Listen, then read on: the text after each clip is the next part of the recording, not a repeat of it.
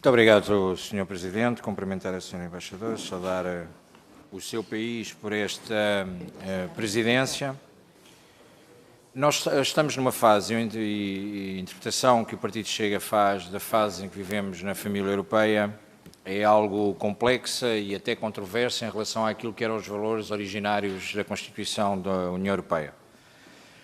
Quando olhamos para aquilo que será ou não uma necessidade da revisão dos tratados, temos assistido ultimamente a uma Europa que cada vez mais se vai intrometendo dentro da autodeterminação e da soberania dos próprios povos. E a primeira pergunta que lhe queria deixar, e sei que com a sua simpatia saberá desenvencilhar-se dela, certamente, eu sei que é um pouco provocatória, mas imaginando que acontece aquilo que eu quero que aconteça, que é no próximo dia 23 em Espanha, Espanha vira à direita, e que Santiago Abascal fará parte do governo de Espanha. Como é que imaginava acontecer aquilo que tem imposto, por exemplo, à Hungria, de considerar que poderá perder a presidência no segundo semestre de 2024? Imaginava a determinada altura Espanha ficar com a sua presidência adiada, ou olhar para a Itália com Meloni e dizer que não pode presidir, ou para a França, que mais tarde ou mais cedo a senhora Marine Le Pen poderá ser presidente, ou olhar para a Áustria e ver que a direita também está a galopar e possivelmente irá liderar o governo? Ou seja, não acha que existe uma intromissão desta forma indireta de colocar os países à parte, porque a determinada altura os seus povos determinaram que os seus representantes são aqueles? E a pergunta é clara, é como é que imagina que a presidência de Espanha ficaria, ou como é que os espanhóis ficariam se perdessem a sua presidência só porque o Vox e Santiago Abascal fariam parte do governo? Depois, muito se tem falado da questão da insustentabilidade demográfica, e a insustentabilidade demográfica vai dando imenso jeito para, do lado de cá do Mediterrâneo, abandarmos uma bandeira com as estrelas e dizer que é a terra prometida, e garantir a todos os que venham de lá, que venham para cá, para esta terra prometida, sabendo nós, na Europa, que o que estamos a fazer é mentir, porque não temos condições para receber toda a gente. Transformando o Mediterrâneo no caos atual que é, por culpa clara da Europa que vai garantindo esta venham.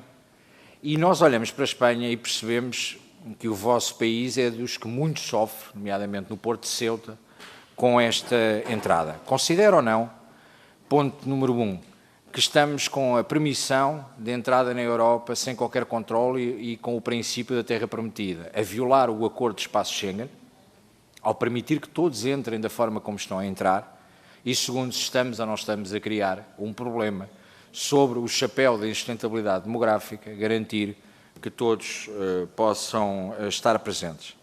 Queria-lhe deixar mais duas perguntas muito rápidas. Primeiro, qual o posicionamento em relação ao chumbo que foi feito à entrada no espaço Schengen por parte da Roménia? Se é para manter, se não é para manter, se a Roménia está excluída, mesmo a Roménia tendo ajudado os refugiados ucranianos, da maneira como ajudou, por todos que recebemos nos nossos países, mas em Portugal nós recebemos 55 mil, 58 mil, são milhões na Roménia. E a segunda pergunta tem muito a ver, e a última, tem muito a ver com aquilo que vai acontecendo nos últimos dias. Nos últimos dias nós assistimos a uma pressão de chantagem por parte da Turquia que coloca claramente a União Europeia em maus lençóis, porque diz nós aceitamos a entrada na NATO se nós entrarmos na União Europeia. O eterno candidato, que ninguém o quer, porque tem fronteiras com a Síria, com o Iraque, com o Irão, e que pode ser um problema grave a nível de demografia na Europa.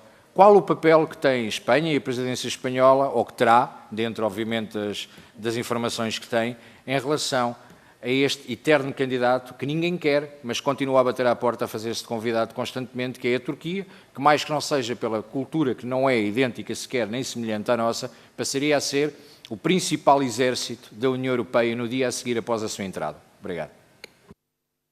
Muito obrigado, Sr. Deputado, pelas questões que colocou à Sra. Embaixadora. E dou agora a palavra à Sra. Embaixadora para o difícil exercício de responder a todas em 5 minutos.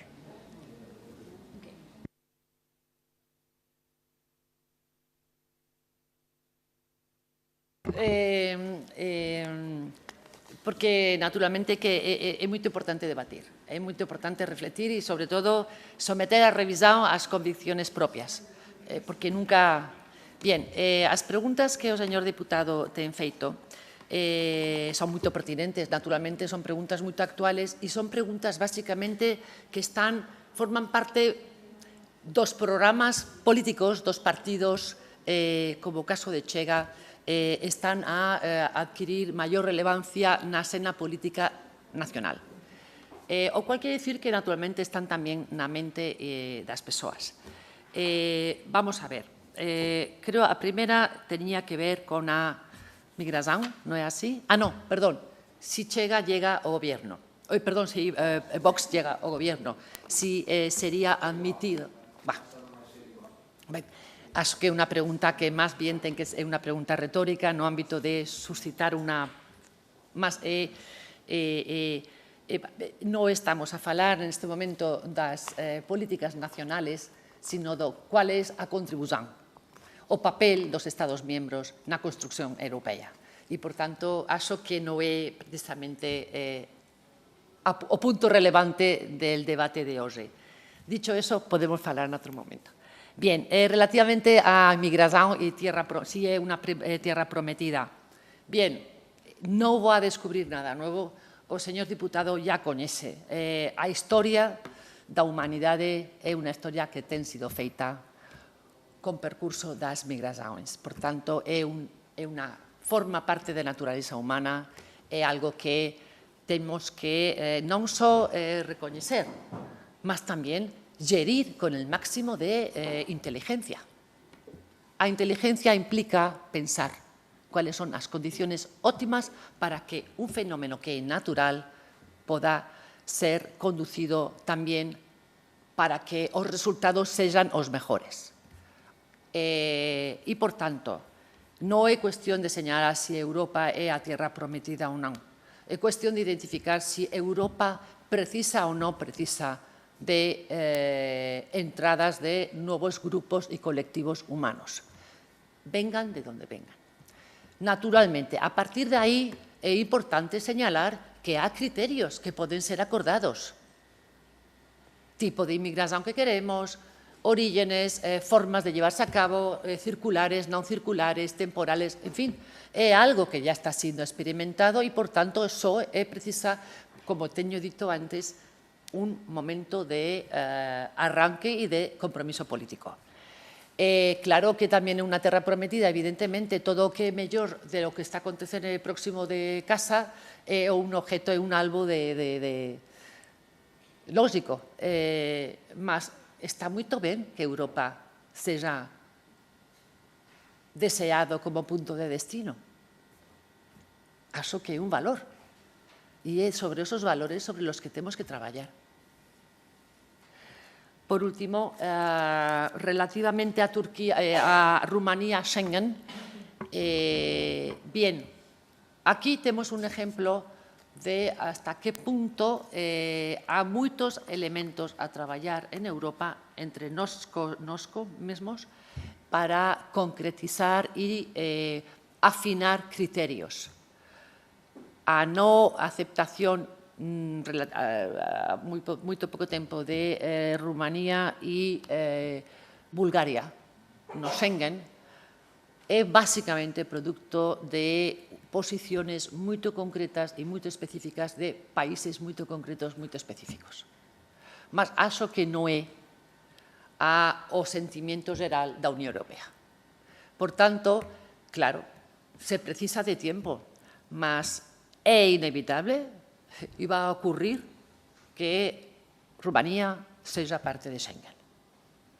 Mas unha vez, se non chegaría, confrontaríamos un grande fracaso, non é así? Bien.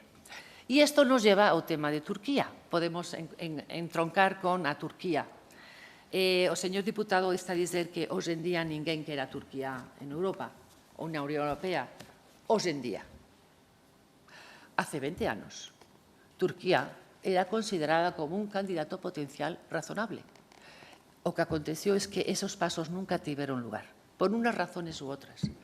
Há moitas persoas en Europa e moitos líderes en Europa que te han dicho hemos llegado tarde. Europa ha llegado tarde a Turquía. Y claro, ese es un análisis que tenemos que hacer, porque hemos perdido, quizás, no digo la adhesión de Turquía como Estado miembro de la Unión Europea, pero así a creación de mecanismos que hubieran posibilitado tener a Turquía más perto de lo que hoy está. Estos mecanismos son acuerdos de asociación que nunca hemos explorado. Y, por tanto, sí es una cuestión pendiente.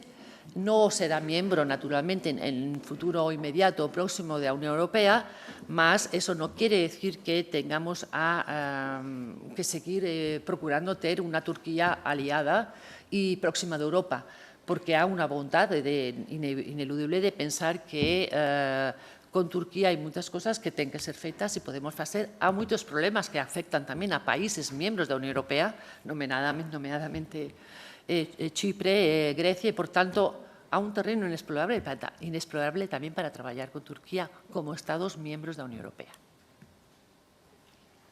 Muito obrigado. Obrigada.